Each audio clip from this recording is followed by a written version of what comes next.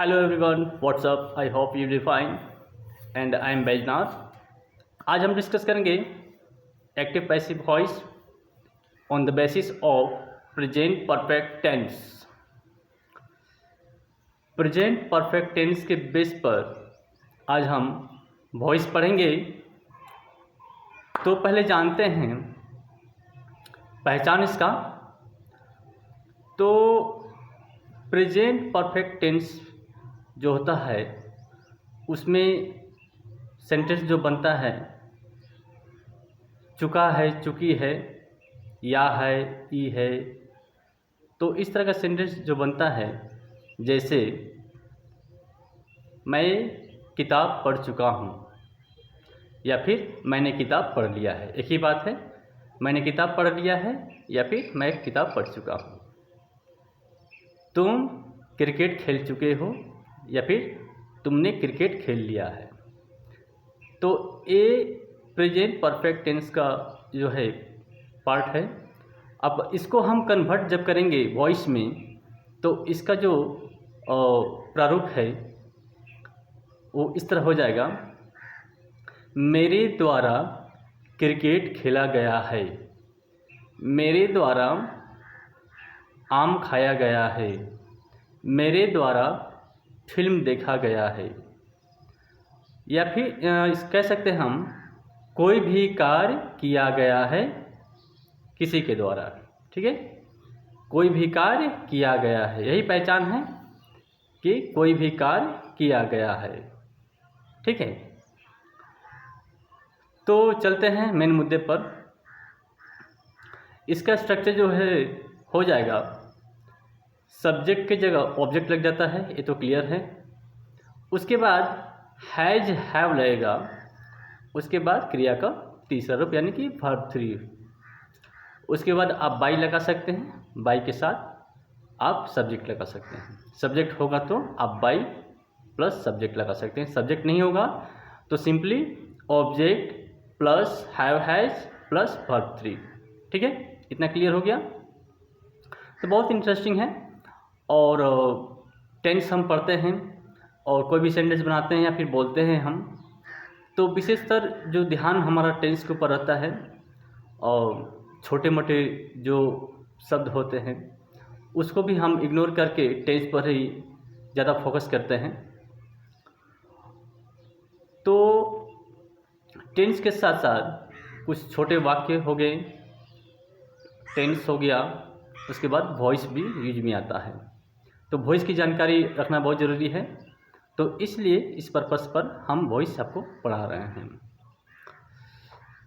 क्योंकि वॉइस बहुत कम rare case में इसका प्रयोग होता है, ज़्यादातर टेंस का ही होता है।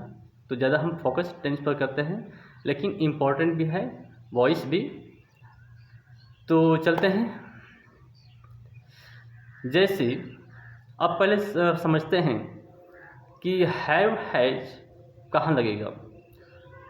तो अगर सब्जेक्ट में लिया जाए तो आई वी यू दे के साथ हैव लगता है, या फिर प्लूरल जहाँ होगा यानी कि बहुवचन, तो वहाँ भी हैव लगेगा। ठीक है, जैसे एक से ज़्यादा वस्तु होगा तो उसमें हम हैव का प्रयोग करेंगे। और ही सी नेम के साथ हैज़ का प्रयोग करते हैं, या फिर सिंगुलर एक वचन के साथ हम हैज़ का प्रयोग करते हैं। ठीक है, तो उदाहरण लेकर चलते हैं। मैं आम खा चुका हूँ या फिर मैंने आम खा लिया है। तो क्या हम बनाते हैं, I have eaten mango, I have eaten mango. अब इसको हम वॉइस में चेंज करेंगे तो क्या हो जाएगा, मैंगो हैज ईटन बाई मी। हमेशा याद रखिएगा, सब्जेक्ट जो है आई मी हो जाएगा और वी अस हो जाएगा, यू यू ही रहेगा, और दे देम हो जाएगा, ही हिज हो जाएगा, और सी हर हो जाएगा, और जो है नेम नेम ही रहेगा। ठीक है, तो इतने क्लियर है। तो बनाते हैं हम सेंटेंस। ठीक है, तो मैंने आम खा लिया है या फिर मैं आम खा चुका हूँ, तो आई हैव ईटेन मैंगो। जब इसको हम वॉइस में चेंज करेंगे कि मेरे द्वारा आम खाया जा चुका है, तो कैसे बन जाएगा? मैंगो हैज ईटेन बाय मी। क्या इसमें लगा? ऑब्जेक्ट, या पहले ऑब्जेक्ट लगा यानी मैंगो ऑब्जेक्ट हो गया, उसके बाद हैज का प्रयोग किया हम, उसके बाद क्रिया का तीसरा रूप लगाए हम लोग, यानी कि इट का जो है ईटेन हो जाएगा, इट एट ईटेन, तो ईटेन हो गया। उसके बाद अब बाई लगा देंगे, उसके बाद सब्जेक्ट क्या है? आई क्या चेंज हो जाएगा? मी में। तो मैंगो हैज ईटेन बाई मी। ठीक है, अब चलते हैं वी से। हम लोग आम खा चुके हैं या फिर हमने आम खा लिया है, एक ही बात है। तो इसको जो बनाएंगे हम, तो होगा वी हैव ईटेन मैंगो। अब इसको हम जब वॉइस में चेंज करते हैं तो हो जाएगा कि हम लोगों द्वारा आम खाया जा चुका है या फिर खाया गया है। ठीक है, तो चेंज हो जाएगा। तो इसको बनाएंगे हम mango has eaten by us. We का क्या हो जाएगा? अस हो जाएगा, हमेशा ध्यान रखिएगा। अब चलते हैं यू से। तुम लोग आम खा चुके हैं या फिर तुम लोगों ने आम खा लिया है। ठीक है, यू हैव ईटेन मैंगो। अब इसको हम वॉइस में चेंज करते हैं, तो तुम लोगों द्वारा आम खाया जा चुका है या फिर तुम लोगों द्वारा आम खाया गया है। ठीक है, तो इसको कैसे बनाएंगे? Mango has eaten by you. अब चलते हैं देसी। वे लोग आम खा चुके हैं या फिर उन लोगों ने आम खा लिया है, तो दे हैव ईटेन मैंगो। अगर इसको हम चेंज करते हैं वॉइस में, तो उन लोगों द्वारा आम खाया जा चुका है या फिर खाया गया है। ठीक है, तो mango has eaten by them.